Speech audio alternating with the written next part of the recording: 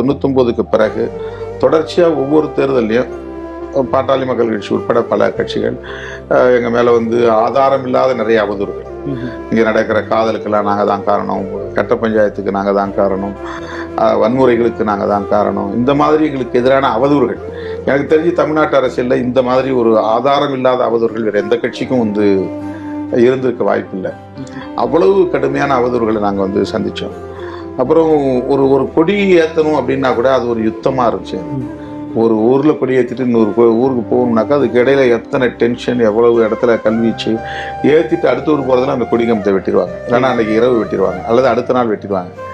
கொடிக்கம்பத்தை வெட்டுறது, கொடிக்கம்பத்தை நாட்டின தோழர்களை வெட்டுறது, கொடிக்கம்பம் நட்டின ஊரை கொடுத்துறது, இந்த மாதிரியான ஒரு விஷயங்கள்.